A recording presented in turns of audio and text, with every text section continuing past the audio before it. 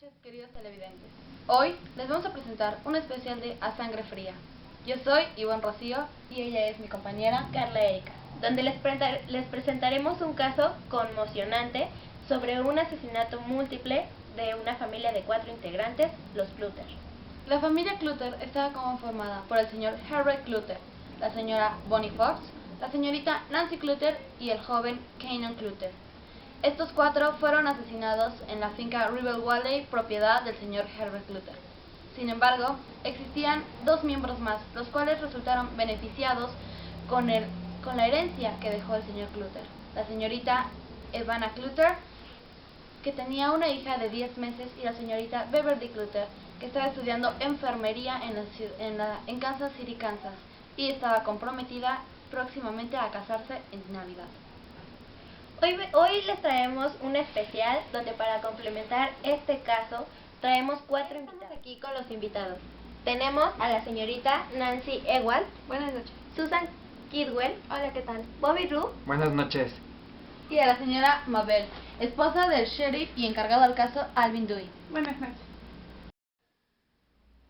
Estamos aquí en el especial A Sangre Fría con nuestros invitados. Tenemos aquí a la señorita Nancy y a la señorita Susan.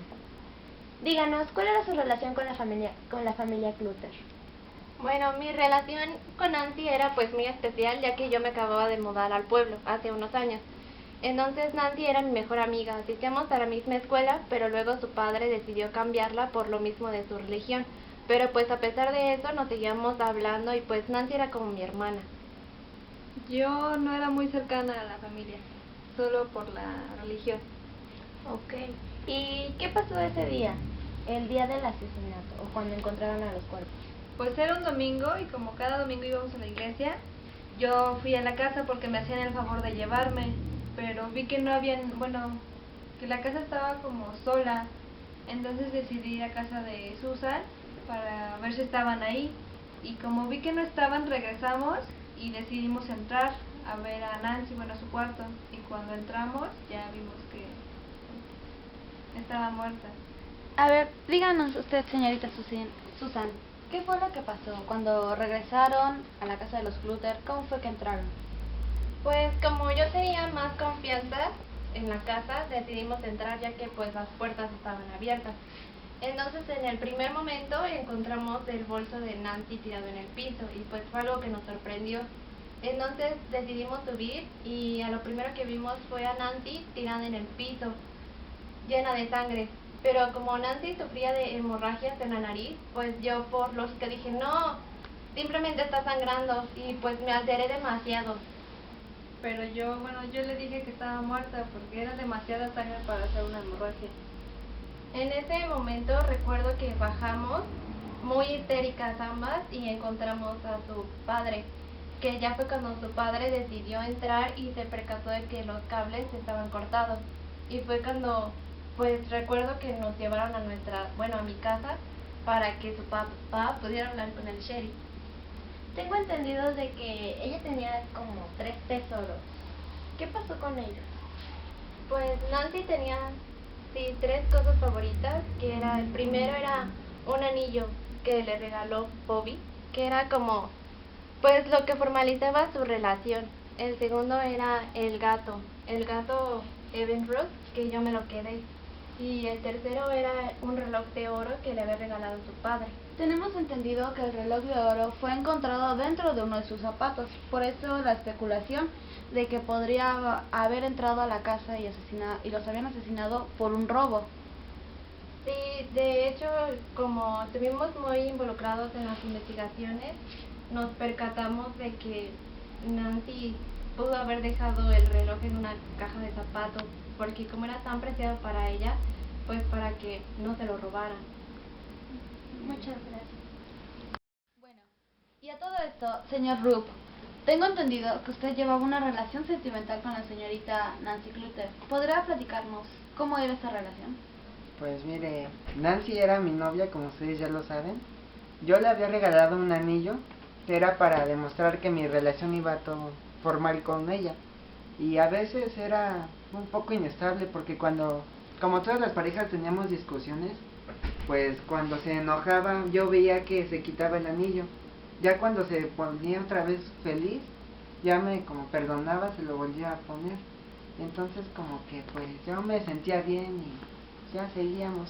Pero a pesar de eso, no, yo siento que a veces no iba a funcionar porque como ustedes saben, yo soy católico y sus padres eran metodistas.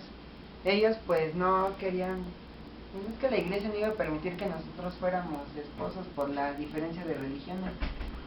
Pero a ustedes eso no les importaba, tengo entendido. Pues sí, es que nos queríamos mucho y pues no nos importó que las religiones fueran diferentes. Dígame, ¿qué fue lo que sucedió ese último día? Tengo entendido que usted fue la última persona que vio con vida a la familia Clutter. Sí, de hecho, recuerdo que ese día era domingo, fui a visitar a Nancy, nos quedamos todo el día viendo la televisión. Recuerdo que en la noche ya escuché sonar 2 veces el teléfono. Ya como eso de las 11 de la noche ya me retiré, la dejé a Nancy ahí. Después al otro día pues me enteré de que ya estaba muerto.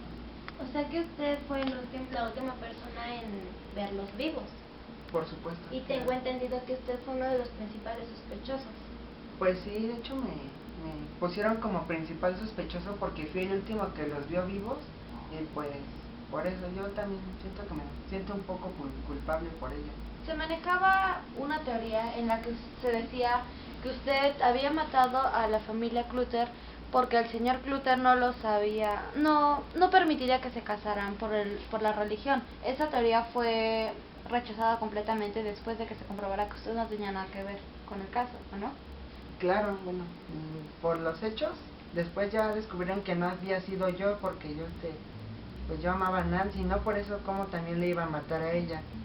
Pues sí, descartaron esa teoría ya, después hicieron más, pero la descartaron también. Ok, muchas gracias.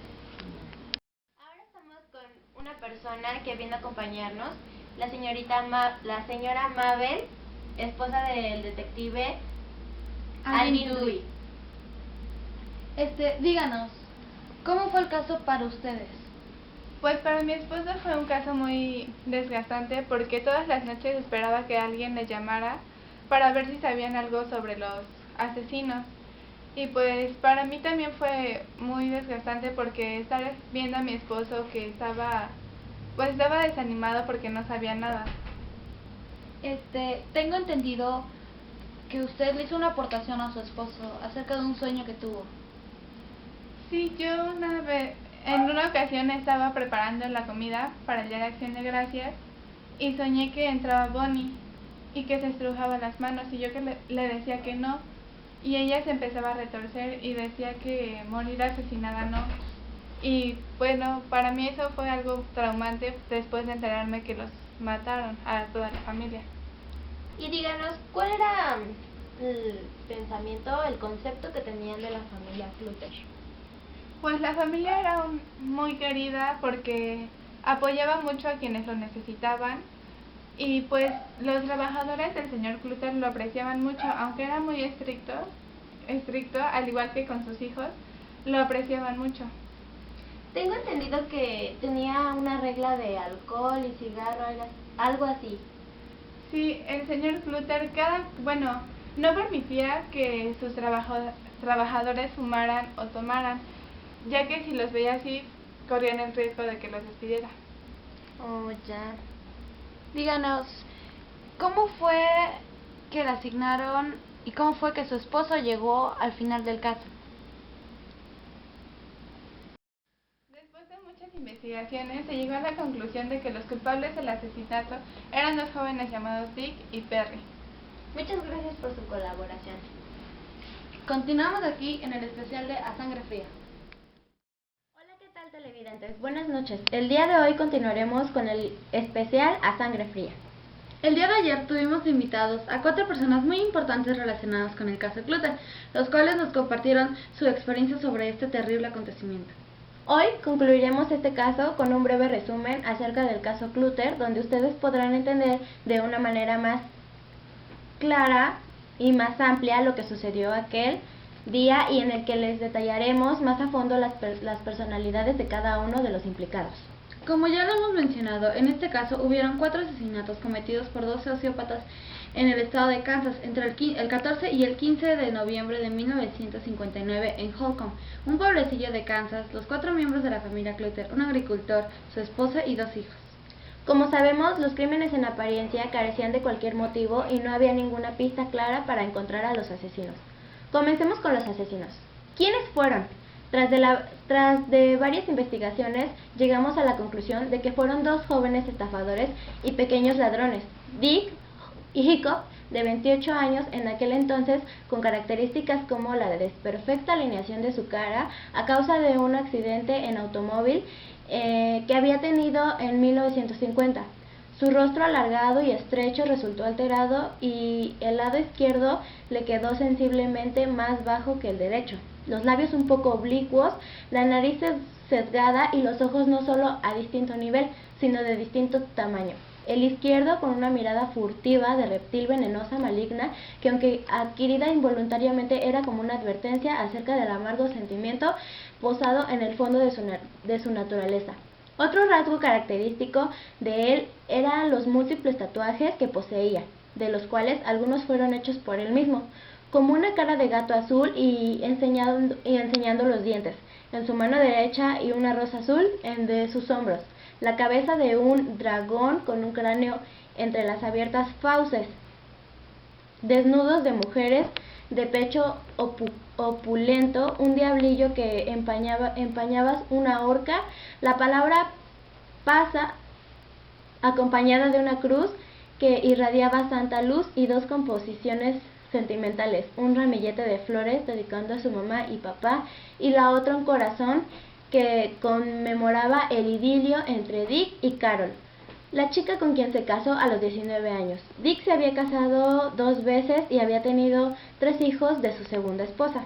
El otro implicado, Perry Smith, de 31 años, al igual que su cómplice, tuvo un accidente en moto en 1952 en el cual, por ir a exceso de velocidad, derrapó y sufrió lesiones en las 2 piernas y estuvo internado medio año en el hospital de Washington y otros 6 meses con muletas.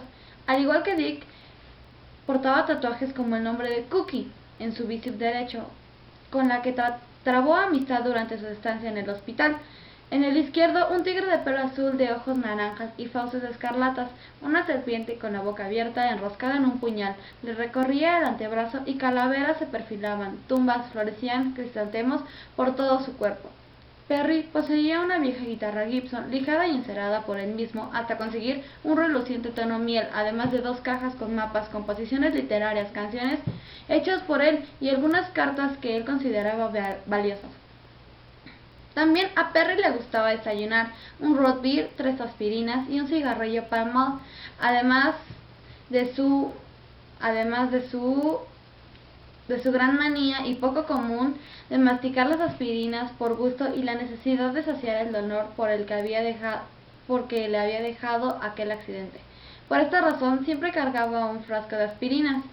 Su vida fue muy triste, ya que a los 9 años sus padres se separaron y sin ninguna opción se tuvo que ir a vivir con su madre, la cual lo descuidaba y lo mandó a un orfanato, en el cual las monjas y monjes lo golpeaban porque se orinaba en la cama, debido a que hubo un tiempo en el cual tomaba una leche que le hacía daño y que con el consumo cotidiano dañó su vejiga. En su último paso por la cárcel, Dick había escuchado un relato que hizo otro preso de la gran fortuna de los Clutter, hombre piadosísimo, querido y respetado de Holcomb, por su desprendida bondad y antes miembro de la Junta de Crédito a la Agricultura en la administración en Hazelwood. Dick se puso de acuerdo con Perry, otro antiguo penado. Ninguno de los dos había visto a sus víctimas hasta la noche del crimen. Por esta razón, el detective Alvin Dewey se había enterado de que quienes eran los culpables gracias a que el proceso le había contado a Dick sobre la familia Clutter. Había escuchado la noticia y decidió hablar. El 14 de abril de 1965, Perry Smith y Dick Hickok fueron ahorcados tras haber sido culpables de asesinar a una familia. Este caso fue tan conmocionante que el escritor estadounidense Truman Capote decidió investigar por su cuenta y publicar un libro con todos los acontecimientos en 1966, un año después de la ejecución de Perry y Dick. Este escritor Llegó con este libro a los 6 más vendidos en el New York Times, además de relatar la trágica historia de esta familia tan querida. Gracias y nos vemos para el siguiente.